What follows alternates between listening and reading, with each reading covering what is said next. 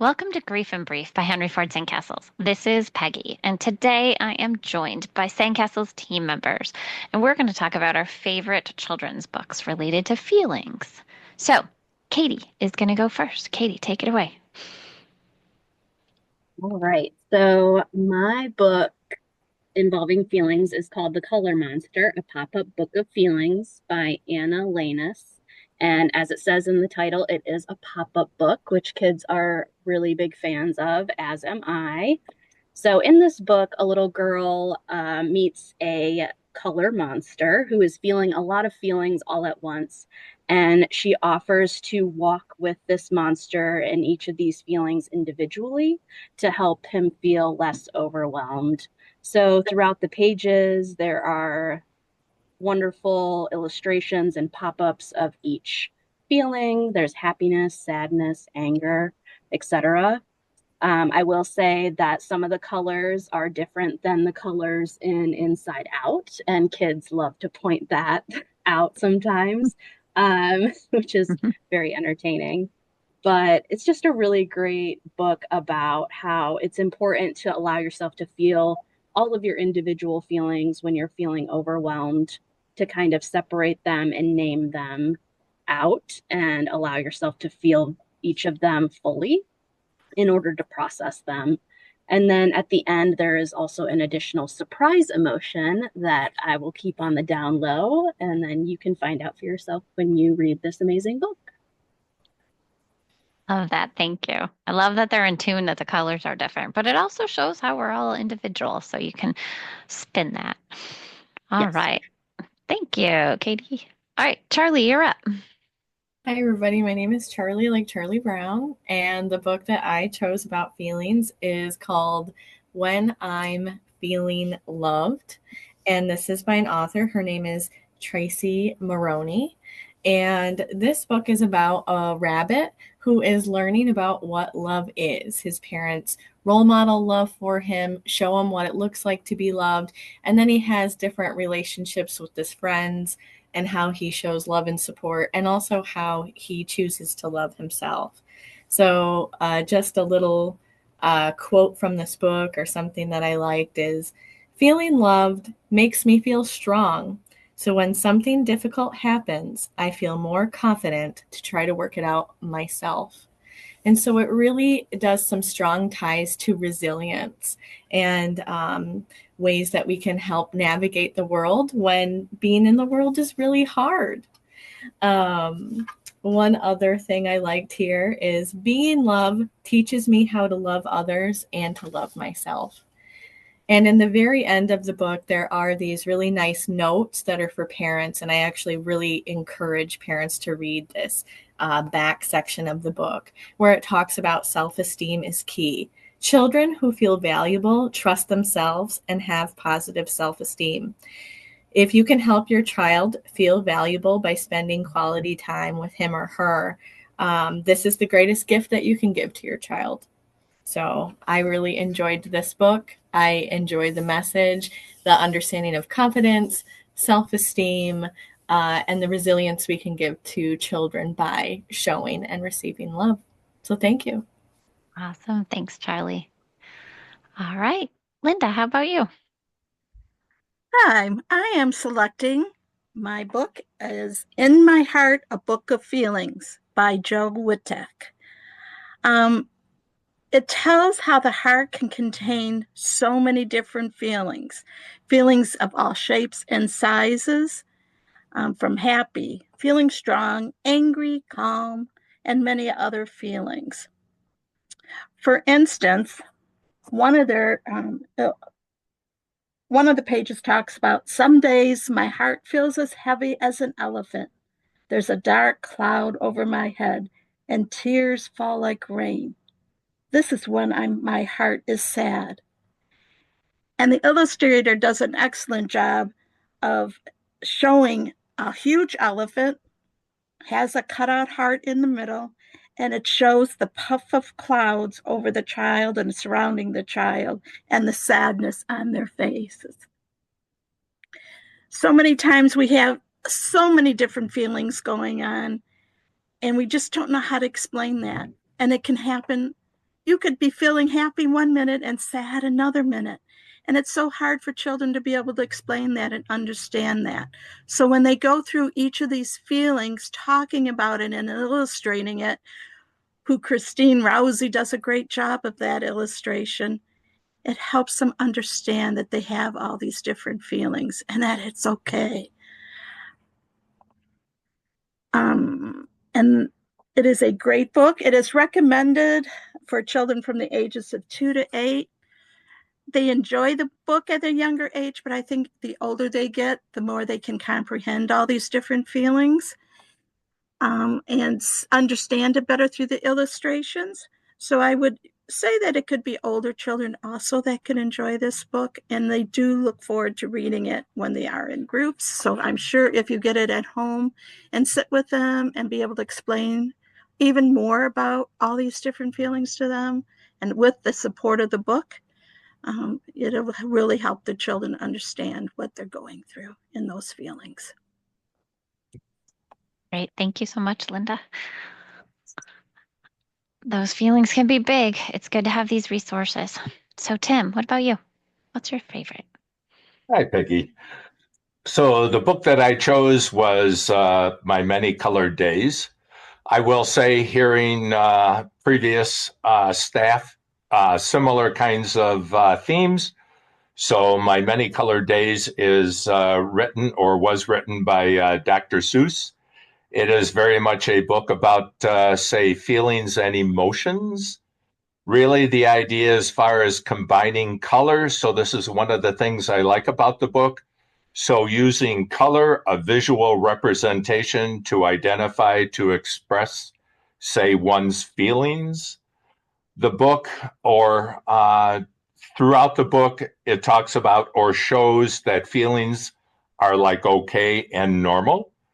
That one's feelings can change day by day and even during the day, that you can have more than one feeling at a time. Many different colors are shown, or let's say represented in the book, just as there are many different kinds of, or say, different feelings. And lastly, one of the something that I like about the book, it really emphasizes the idea that each child decides. So it's not the idea that a certain color represents a certain feeling. It is very much, say, for each child to decide which color expresses or represents, say, their feeling or emotion. So that was the book that I chose for today. Um, I I love that and the different, we know grief is unique for every individual. We're all unique. And so we all have different thoughts and feelings and see emotions in different colors. And just that discussion in and of itself with a kid and allowing them to choose can be really empowering. Love that. All right, Jennifer, you're up next. Hi, Peggy. The book that I chose was Have You Filled a Bucket Today? A Guide to Daily Happiness for Kids. And this is really a fantastic book that is, I like to highlight, written by a Michigan author and illustrated by a Michigan resident. So it is beautiful illustrations. It's very colorful. And it's really that idea or that concept that we all carry around an invisible bucket every single day, and we have opportunities to fill each other's buckets or dip into them. And when we do kind and positive things, we are filling buckets. And when we're giving love, we're filling buckets. And when we dip into them, we're doing those not so great things that encompass, negative behaviors. And, the bully at school would be a bucket dipper. And when you dip into someone else's bucket, you are also dipping into your own. It's also a really great book to use in grief to talk about on your grief journey who has filled your bucket and who has dipped in. So those people that have been helpful and supportive and have given you some light on those days that feel really dark, that would be a bucket filler. And that person that dips in is that person who doesn't understand, doesn't get it, makes insensitive comments, is not supportive, and does the opposite.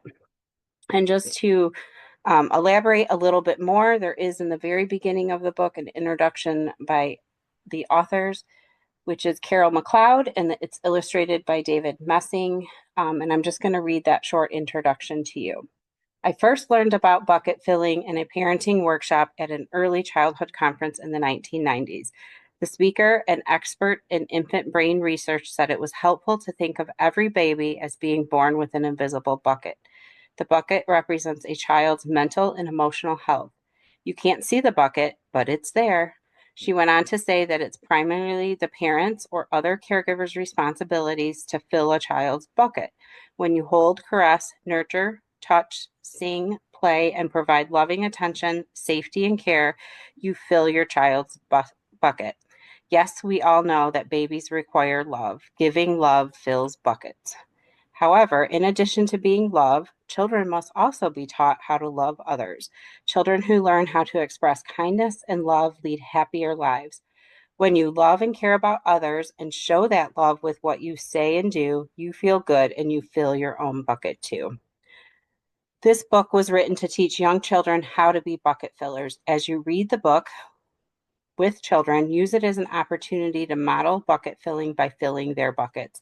Tell them why they are special to you. Help them think about what they might say or do to fill someone else's bucket. Work with your children and help them practice daily bucket filling.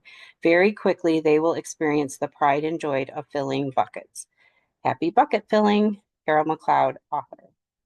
So just want to add that it can also be used as a great parenting tool when children are struggling. That can be exhausting for parents, or when they're having behaviors that maybe aren't the best behaviors. You can use this as a conversation and use that. I wonder if when you did that in school today, you were filling someone's bucket or you were dipping in. So it can just be that extra tool to break it down in a space and level that is supportive for the child and for the parent. Back to you, Peg. Thank you, Jen. Let's all be bucket fillers. All right, so wrapping up our favorite books is Miss Lizanne. I am having struggles with my headphones today. All right, but I'm not going to worry about that because that's what my book is about. It's called Perfect. Don't Feed the Worry Bug by Andi Green. And I love this book for many reasons. It's actually not necessarily grief related because we all have worries and struggle with that from time to time. Yet something we are very aware of in children's grief is they have a lot of worry about who else can die. And so I find this book to be a wonderful resource to work with children, whatever their worries are after the person has died. But it's a very imaginative and creative story. A little creature called Wince is confronting his worry bug. And the message of the story is that if we continue to add to our worry by worrying about it, it's only going to grow and grow and grow.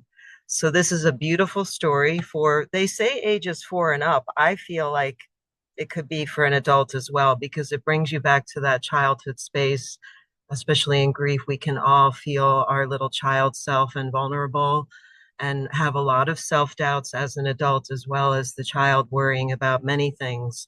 So I really feel this book is timeless in terms of who might benefit from it. The other part, aside from it's done cartoon-like and it's very creative in its pictures, is that it promotes a lot of possible activities and creative expression to make your worry bug.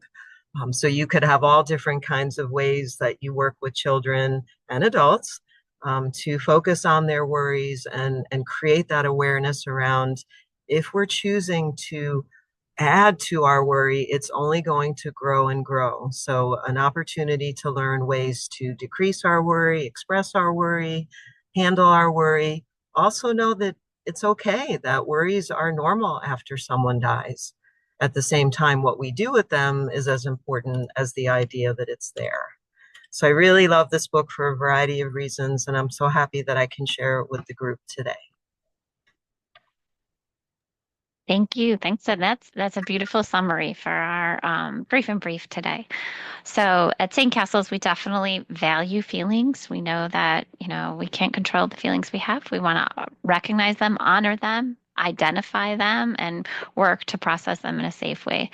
And so we hope that you check out some of these feelings books. And if you ever need anything from us or other bits of resources or advice, please feel free to reach out. Thanks everybody for sharing. Have a great day.